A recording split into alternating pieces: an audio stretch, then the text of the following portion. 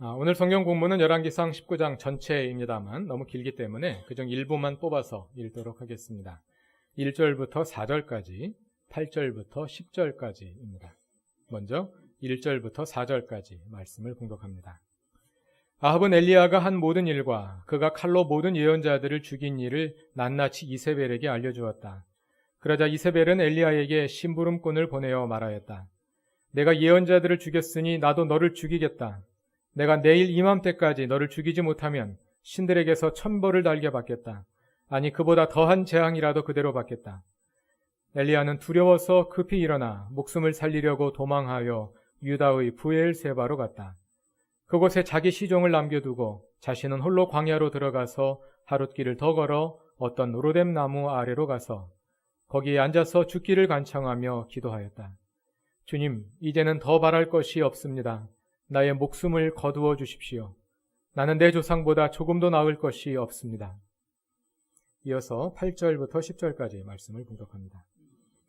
엘리야는 일어나서 먹고 마셨다. 그 음식을 먹고 힘을 얻어서 밤낮 40일 동안을 걸어 하나님의 산인 호렙산에 도착하였다.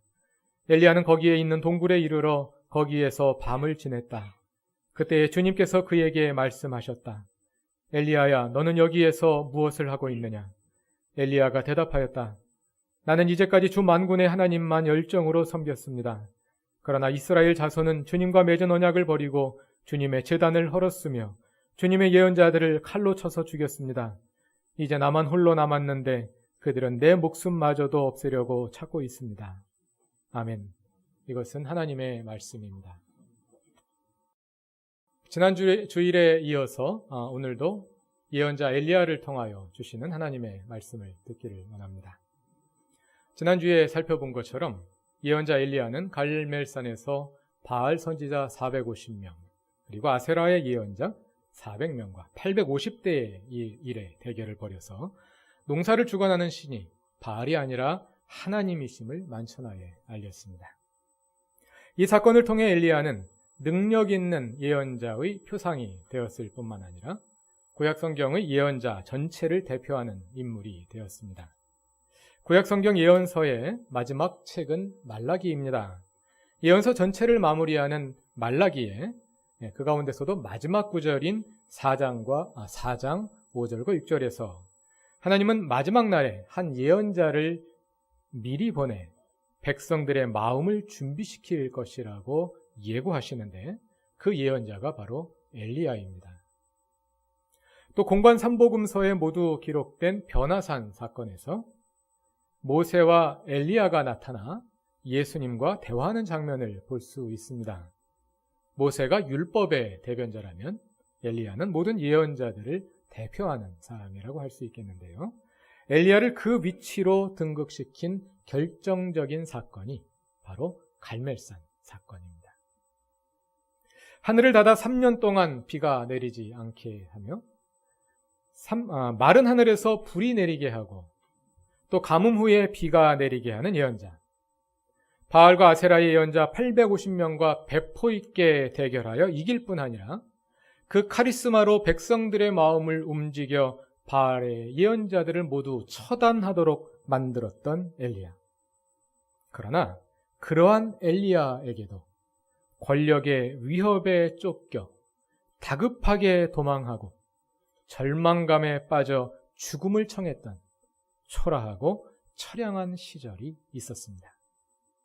그런데 그것은 다른 때도 아니고 바로 갈멜산 사건이 일어났던 직후였습니다.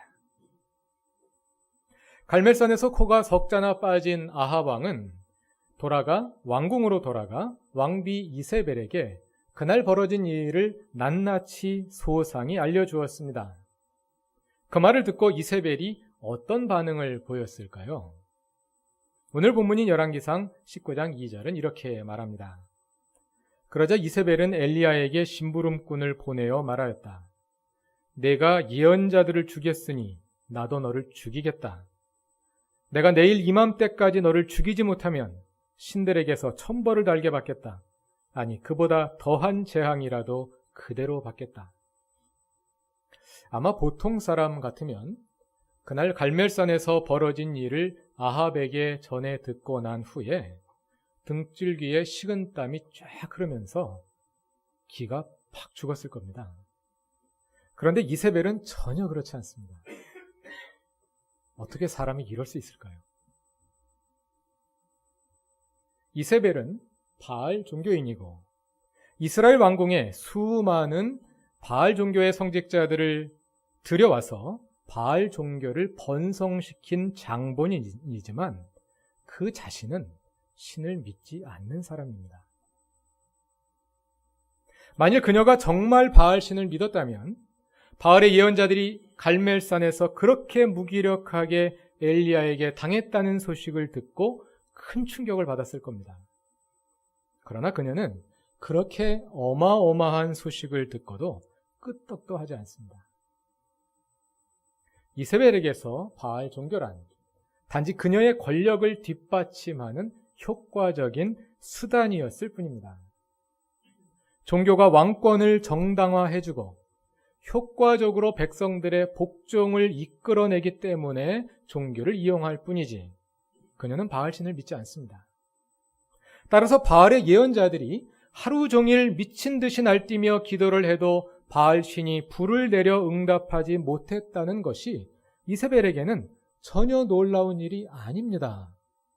왜냐하면 그녀는 바알신을 믿지 않기 때문입니다. 당연히 아무 일도 안 일어나는 거죠. 그게 뭐 놀라운 일입니까? 너무 당연한 일이죠. 방금 읽은 2절에서 이세벨은 자기가 엘리야를 죽이지 못하면 신들에게서 천벌을 받겠다고, 아니 그보다 더한 재앙이라도 받겠다고 호언장담을 합니다. 왜 그렇게 말할 수 있겠습니까? 그 신들을 우습게 알기 때문입니다. 정작 자신은 신을 믿지 않으면서 종교를 이용하여 자신의 권력과 이익을 뒷받침하려 하는 사람, 이런 사람이 진짜 무서운 사람입니다. 이런 사람은 다른 사람들보다 더 경건하게 자신을 위장합니다.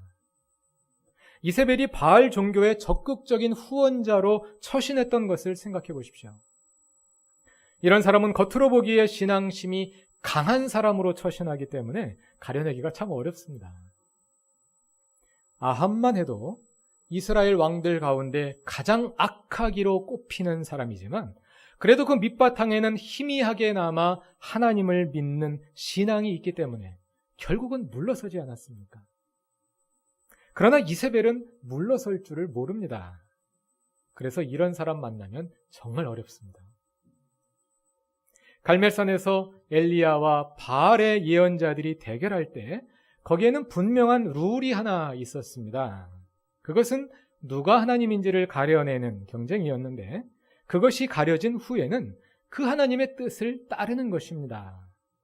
그 룰에 따라 공정한 경쟁이 이루어졌고 번영의 신 바알이 아니라 주 하나님이 참 하나님이시라는 것이 확인되었습니다. 그랬을 때 아합 왕은 비록 얕은 믿음일지라도 믿음이 있는 사람이기 때문에 그 룰을 인정하고 따랐습니다. 그래서 그 게임은 끝난 줄 알았습니다. 그러나 그 게임에 이세벨이라는 새로운 인물이 등장합니다. 그런데 이세벨은 그 룰을 인정하지 않습니다. 이세벨은 신을 믿지 않기 때문에 갈멜산의 룰이 그녀에게는 아무 의미가 없는 것입니다. 3년 동안이나 비가 내리지 않았으니 이제는 비가 내릴 때도 됐지. 노회한 여우 같은 엘리야가 그때를 잘 가려서 사람들을 홀린 것일 뿐이야. 하나님은 무슨 개뿔. 신은 멀지만 돈과 권력은 가깝다. 내가 애송이 엘리야에게 한 수 가르쳐주마. 아마도 이런 생각이겠죠. 엘리야가 진짜 강적을 만났습니다. 바알의 예언자 850명은 그에 비하면 순진한 상대들일 뿐이었습니다. 그가 이제는 바알 신보다 더 무서운 현실 권력, 서슬이 시퍼런 이세벨의 권력과 맞닥뜨리게 된 것입니다. 바알은 우상이고 허상입니다. 그러나 돈과 권력은 현실입니다. 갈멜산의 큰 싸움으로 지쳐 있었을 엘리야에게 들려온 이세벨이 그를 찾는다는 의외의 비보가 아마도 그에게는 세상을 지배하는 것은 하나님이 아니라 권력이고 돈이구나 하는 냉엄한 깨달음으로 다가왔을지도 모르는 일입니다. 하나님이 살아계심을 전제로 하는 신앙의 상징들에 기초한 세계가 메마르고 차디찬 현실 권력이라는 실제의 세계를 만나 무너져버리는 듯한 충격이었을 것입니다. 적어도 이세벨이 무소불위의 권력을 휘두르는 그러한 현실 속에서는 말입니다. 이세벨의 위협 앞에서 엘리야는 속수무책으로 도망합니다. 본문 3절 이하를 보면 먼저 그는 유다의 브엘세바로 가서 홀로 광야로 들어가 한 로뎀나무 아래 앉아 하나님께 죽기를 간청합니다. 4절 후반부입니다. 주님, 이제는 더 바랄 것이 없습니다. 나의 목숨을 거두어 주십시오. 나는 내 조상보다 조금도 나을 것이 없습니다. 엘리야는 그 나무 아래 누워 잠이 듭니다. 그러자 한 천사가 엘리야를 깨워 빵과 물을 먹게 합니다. 그는 먹고 마신 후에 다시 잠이 듭니다. 천사가 두 번째로 엘리야를 깨우면서 말합니다. 일어나서 먹어라. 갈 길이 아직도 많이 남았다. 엘리야는 일어나서 먹고 마시고 힘을 얻은 후 밤낮 40일을 걸어 하나님의 산 호렙에 도착합니다. 그 산의 한 동굴에서 밤을 지새우고 났을 때 하나님께서 엘리야에게 물으십니다. 엘리야야, 너는 여기에서 무엇을 하고 있느냐? 본문 10절은 그에 대한 엘리야의 대답입니다. 나는 이제까지 주 만군의 하나님만 열정적으로 섬겼습니다. 그러나 이스라엘 자손은 주님과 맺은 언약을 버리고 주님의 제단을 헐었으며 주님의 예언자들을 칼로 죽였습니다. 이제 나만 홀로 남았는데 그들은 내 목숨까지도 없애려고 찾고 있습니다. 이러한 과정은 다시 한번 반복됩니다. 일련의 과정을 통해 다시 엘리야에게 나타나신 하나님께서 13절에서 전과 똑같은 질문을 다시 한번 던지십니다. 엘리야야, 너는 여기에서 무엇을 하고 있느냐? 이어서 14절에서 엘리야도 전과 같은 내용으로 한 번 더 대답합니다. 멘델스존의 오라토리오 엘리야의 제2부는 우리가 함께 살펴보고 있는 열왕기상 19장의 내용을 포함하고 있는데요. 그중 26번 곡은 엘리야의 절망을 담은 노래입니다.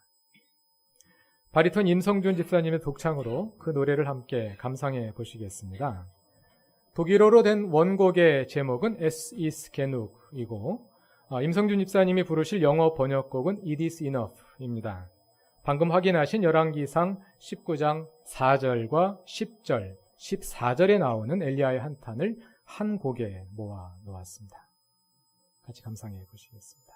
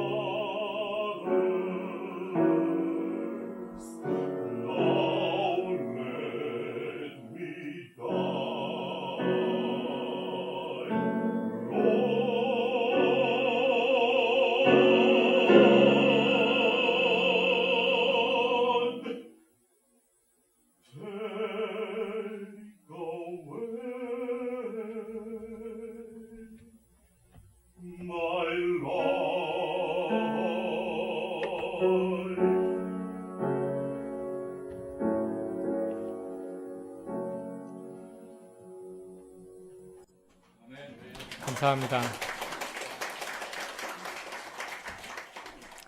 임성준 집사님의 아리아를 통해서 엘리야의 한탄과 절망이 가슴 깊은 절망으로 전해져 오는 것을 느낍니다. 영어 가사를 사용했기 때문에 불편하셨던 분들이 있을지도 모르겠습니다만 성경 구절을 그대로 사용한 내용이기 때문에 열왕기상 19장 4절과 10절과 14절 말씀을 다시 한번 읽으시면서 오늘 찬양을 기억하시면서 묵상하셔도 좋을 것 같습니다.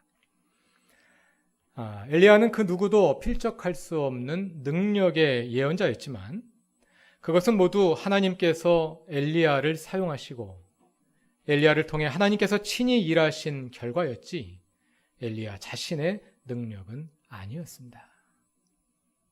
갈멜산에서 바알과 아세라의 예언자 850명과 대결하던 엘리야이지만 그 역시 하나님을 인정하지 않는 차디차고 메마른 현실 속에서는 마치 끈 떨어진 연과 같이 무기력하기 그지없는 사람으로 좌절과 푸념의 노래를 부를 수밖에 없었던 것입니다.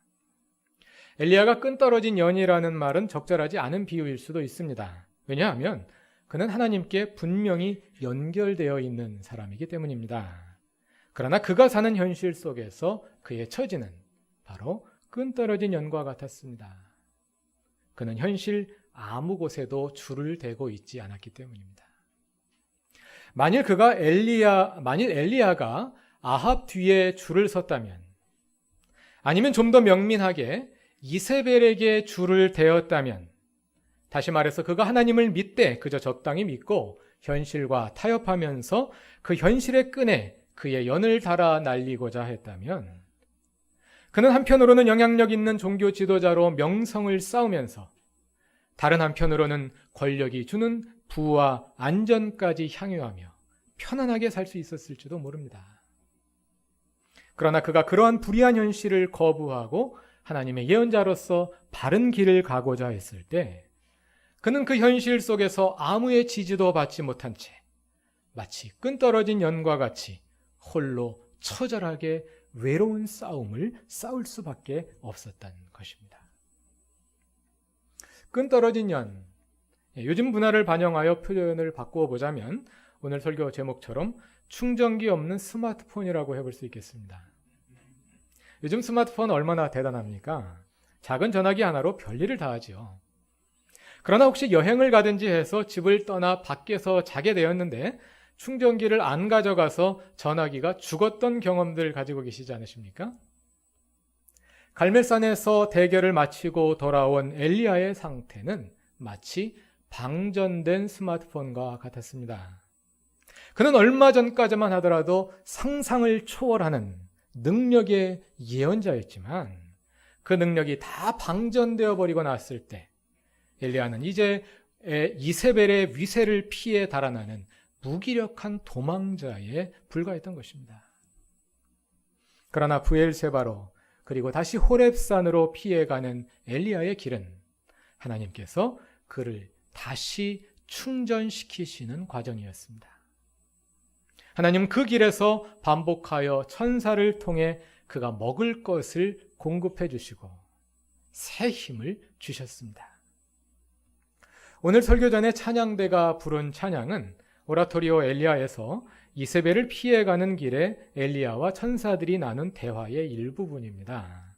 정확히 말하자면 임성준 집사님이 부르신 엘리야의 한탄 It is enough에 대한 응답으로 주어진 노래입니다. 역시 주보에서 가사를 참조하실 수 있겠는데요. 이 곡의 가사는 시편 121편을 1인칭에서 2인칭으로 오라토리오에 맞추어 다시 쓴 겁니다. 시편 121편이 내가 산을 향하여 눈을 돌리라 나의 도움이 어디서 올꼬 이렇게 1인칭으로 되어 있는데 그것을 2인칭으로 내가 산을 향하여 눈을 들어라 2인칭의 위로하는 말로 바꾸어 쓴 것입니다. 열왕기상 19장 엘리야의 이야기에는 나오지 않는 내용입니다만 피난 가는 엘리야를 염두에 두고 읽어도 매우 잘 어울리는 내용입니다. 너희 눈을 들어서 산을 보라 도움이 오는 저 산 천지 지으신 주로부터 너의 도움 오는도다. 너의 발이 움직이지 않고 너를 항상 지키시는 자 결코 졸지 않으리. 너의 눈을 들어서 산을 보라. 도움이 오는 저 산. 하나님은 이렇게 엘리야를 다시 만나 주셨습니다. 그렇게 하여 엘리야가 호렙산의 한 동굴에 이르러 하룻밤을 지새우고 났을 때 하나님은 그에게 이렇게 말씀하십니다. 11절과 12절 말씀입니다. 다 같이 한번 찾아서 읽어보겠습니다. 11절과 12절입니다. 주님께서 말씀하셨다. 이제 곧 나 주가 지나갈 것이니 너는 나가서 산 위에 주 앞에 서 있어라. 크고 강한 바람이 주님 앞에서 산을 쪼개고 바위를 부수었으나 그 바람 속에 주님은 계시지 않았다. 그 바람이 지나가고 난 뒤에 지진이 일었지만 그 지진 속에도 주님께서 계시지 않았다. 지진이 지나가고 난 뒤에 불이 났지만 그 불 속에서도 주님께서 계시지 않았다. 그 불이 난 뒤에 부드럽고 조용한 소리가 들렸다. 갈멜산에서 하나님은 불을 내려 재물과 나무단과 돌들과 흙을 태우고 도랑 안에 있는 물을 모두 말려버리시는, 그리고 3년 동안 큰 가뭄 후에 큰 비를 내리시는 위대한 능력의 하나님으로 나타나셨습니다. 그런데 지난주에 말씀드린 바와 같이 이것은 하나님이 잘 쓰지 않으시는 방법입니다. 이례적인 방법이었습니다. 호렙산에서도 엘리야는 하나님이 지나가시기를 기다립니다. 크고 강한 바람이 불어 산을 쪼개고 바위를 부수었습니다. 그러나 그 바람 속에 주님은 계시지 않았습니다. 바람이 지나간 뒤에 지진이 일었지만 그 지진 속에도 주님은 계시지 않았습니다. 지진이 지나간 뒤에 불이 났지만 그 불 속에도 주님은 계시지 않았습니다. 그리고 난 뒤에 주님은 갈멜산에서와는 전혀 다른 모습으로 엘리야에게 나타나셨습니다. 바람도 지나가고 지진도 지나가고 불도 지나간 후에 하나님은 갈멜산에서와 달리 부드러운 조용한 음성으로 엘리야에게 나타나신 것입니다. 그 부드러운 음성은 한편으로는 엘리야를 충전시켜 다시 일으켜 세우시는 하나님의 보살핌이었습니다. 그러나 다른 한편 그 음성은 이제 다시 시작될 엘리야의 두 번째 사역을 위한 부르심이기도 했습니다.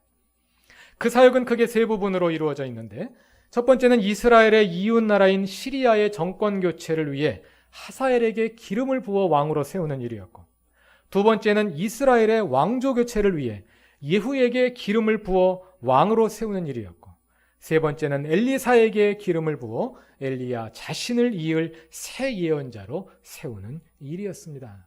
스케일이 대단합니다. 이런 일들이 엘리야를 또 기다리고 있는 것입니다. 반면에 엘리야와 대립했던 아합과 이세벨, 권좌에 앉아 기세가 등등했던 사람들이지만 그들은 모두 부끄럽고 비참한 최후를 맞이하게 됩니다. 열왕기상 22장 29절 이하를 보면, 아합 왕은 남왕국 유다와 연합군을 조직하여 시리아와 싸우러 나간 전쟁에서 적군의 타겟이 되기를 두려워하여 변장을 하고 싸움터에 들어갔다가 군인 한 사람이 무심코 당긴 화살이 아합의 갑옷 가슴막이 이음새 사이를 뚫고 들어가 그 싸움터를 빠져나가지도 못하고 고립된 채 병거 안에 피가 흥건히 고인 상태에서 최후를 맞이하게 됩니다. 또 열왕기하 9장 30절 이하를 보면, 왕비 이세벨은 아합을 이어 그의 아들 아하시아가 왕이 되고 아합의 다른 아들 여호람이 그를 이어 다시 왕이 될 때까지 세력을 유지하다가 엘리야의 기름 부음을 받은 예후가 드디어 혁명을 일으켰을 때 그녀를 배반한 내관들이 이세벨을 왕궁 창 밖으로 내던져 바닥에 떨어져 즉사하고 그 시신은 말발굽에 밟힌 뒤에 개들이 그 주검을 뜯어먹어 장사 지낼 시신마저 없어져 버리고 맙니다. 예언자 엘리야는 갈멜산과 호렙산 사건 이후에도 활동을 계속하다가 열왕기하 2장에 기록된 대로 불말과 불병거를 타고 승천합니다. 엘리야의 사역을 이어받은 엘리사도 스승 못지않은 예언자로 많은 능력을 행합니다. 엘리야의 충전기는 늘 하나님께 꽂혀 있었습니다. 그래서 그는 늘 하나님의 능력으로 충전되어 있었고 능력 있는 예언자로 하나님이 주시는 일들을 수행해 냈습니다. 여러분의 충전기는 어떤 상태입니까? 여러분은 어떤 능력으로 살아가십니까? 그 충전기가 하나님께 꽂혀 있습니까? 혹시 엉뚱한 곳에 꽂혀 있지는 않습니까? 하나님과 연결되어 그분으로부터 끊임없이 새 힘을 공급받고 늘 새 생명으로 살아가는 우리 그루터기의 모든 교우들이 되시길 바랍니다. 다 같이 기도드리겠습니다.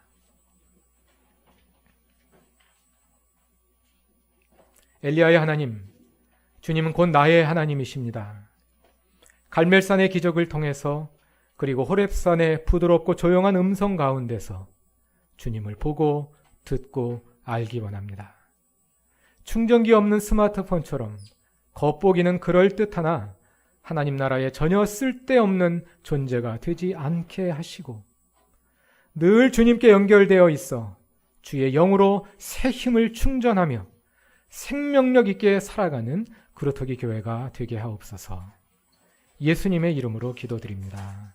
아멘.